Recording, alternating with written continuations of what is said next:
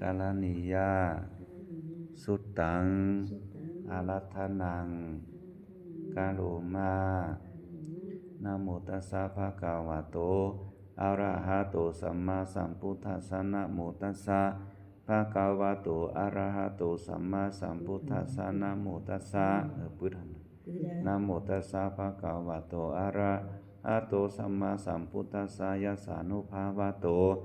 ยะคะเนวตาเสนติงผิงสนังยามหิเจวานิยมทันโตราตินติวามาตันติโตสุขังสุปฏิจุโตจะปะปังกินจินาปัสสติวามาติคุโนเปตังปริตันตัมพนามาเหกาลานิยมัทธกุสเลนะยันตังยัตนันนะสันตังปัตตังอาภิสาเมจัสสะโกอุจุจัสสุหุจุจัสสุวะโจตัสสะมุตุอนาติมานิสันตุสักโกจัสสุปาโลจาโจสัสสันดาโหกาโอติงสันติตริโยจามิปะโกจาปะคาโปกุเลโสอนานุกิโตนะจักขุตังสัมมาจาเรกินจิเยนะวิญโยปาเลอุปาวัตตายงสุขิโนวาเยมิโนหนตุสัพเพสัตตาภวันตุสุขิตาตาเยเกจิปานาโภตติตาถาวาทาวาราวาอนาวาเสสาติขาวาเยมหันตาวามัชฌิมาราสกาอนุกาโทลาติถาวาเยจะอาติถาเยจะตุเรวาสันติอาวิตุเลภูตาวาสัมภเวสีวาสัพเพสัตตาภวันตุสุขิตาตานาปาโรปารังนิโกเปธนาติมันเยทกตาจินังกินจิปยาโรสนาปริกาสัญญาณัญญามัญญาสาตุขามิชัยยามาตายาธานิยังพุตังอายุสาเยกาพุตตะมโนราเคเอวัมปิสัพพะพุเตสมานะสัมภาวะเยอาปาริมาณาเมตัญจาสัพพะโลกัสสามิงมานะสัมภาวะเยอาปาริมาณังอุทังอาโทจติริยัญจาสัมปะตังอาเวลังอาสัมปะตังติทันจาลังนิสินโนวาสยโนวายาวัตสาวิกตามิโทเอตังสาติงอาทิทายาพรหมเมตังวิหารังอิทัมมาโหติตินจานุปกัมมาศิลาวาทัสสะเนนะสัมปันโนกาเมสุวินัยเกทังนาหิจาตุขาปัสสยังปุณาเรติติการณียะเมตังสุทังอสุโกพุทธานังอุปาโตสุขาสัทธมะเตสนาสุขาสังคัสสะสามัคคีสัมมาการนังตัมโปสุโขติวาตปาติอาติโจราติมาภาติจันติมาสนาโตคติโยตปาติชายตปาติพระมโนอัฏฐสัพพะมโหราติงพุทโธตปาติเตจาสาภวตุสัพพะมังกานังราคันตุสัพพะเทวตาสัพพะพุทธานุภาเวนะสัตตาโสติภวันตุเตภวตุสัพพะมังกาลังราคันตุสัพพะเทวตาสัพพะสังฆานุภาเวนะสัตตาโสติภวันตุเตภวตุสัพพะมังกาลังราคันตุสัพพะเทวตาสัพพะสังฆานุภาเวนะสัตตาโสติภวันตุเตเพียรเมตตาหรือว่าจอมเนออาหัง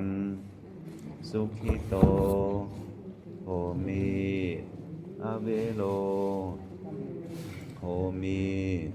อปัยยาปัจโชโหมิอนิโคโหมิสุขีอัตตานัง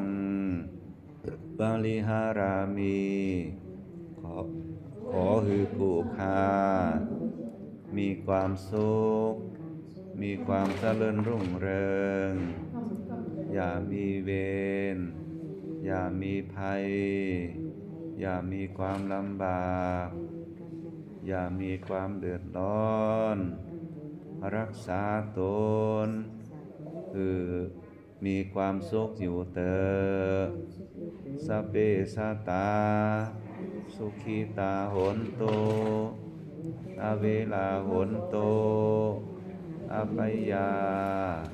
ปัชชาโหนตุอานิคาโหนตุสุขี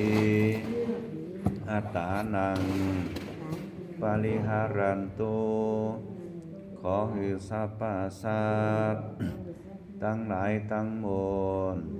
จงมีความสุขมีความเจริญรุ่งเรือง อย่ามีเวรอย่ามีภัยอย่ามีความลำบากอย่ามีความเดือดร้อนรักษาตนมีความสุขอยู่เถิดต่อไปลบศีลลบธรรมเนอะ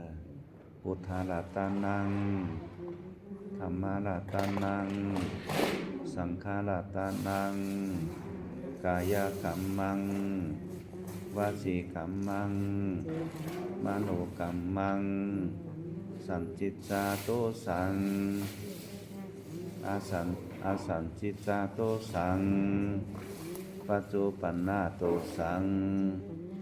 นานาโตสังสาปังสัพพะโตสังพุทธาธัมมาสังฆาธัมมาทาโนพันเตพุทธารัตนังธัมมารัตนังสังฆารัตนังกายกัมมังวจีกัมมังมโนกัมมังสันจิตจาอาสันจิตจาอาติตาโตสังปัจจุปันนาโตสังนานาโตสังสัพพังสัพพะโตสังตุมเหคัมมามิโวคัมมามิคัมมิตาปังกายะวิปะโมตัสสะสัพพะทุกขาสัพพะพยาสัพพะโรคาวินาสันตุสัพพิติโยวิวัจจันตุสัพพะโรโควินาสันโตมาเตภวะตวันตรายโยสุขีติคายุโกภวะอาภิวาตานะสิริสานิจังบุทธาปัจจายโนสัตตารโอธรรมาวัฏันติอายุวันโนสุขังภาลังเจนนี่อยากหมายสมมุตินะอยากเจนนี่หมายสมมุติประมาณนี้มาเจน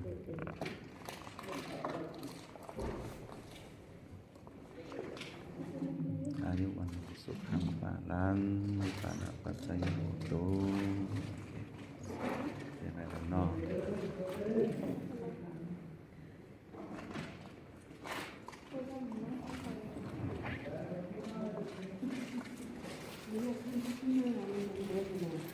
ก็เป็นถอยวันเคยนอนอยู่หนักสุดแม่เรียคนหยอดมันก็ทำกล่องก็หยอดแต่ย่างก็หน่อยต้องเทียบกับผักก้อนมีที่สีเหลืองน่ะมันมีสีเหลืองน่ะแต่มีสีเหลือง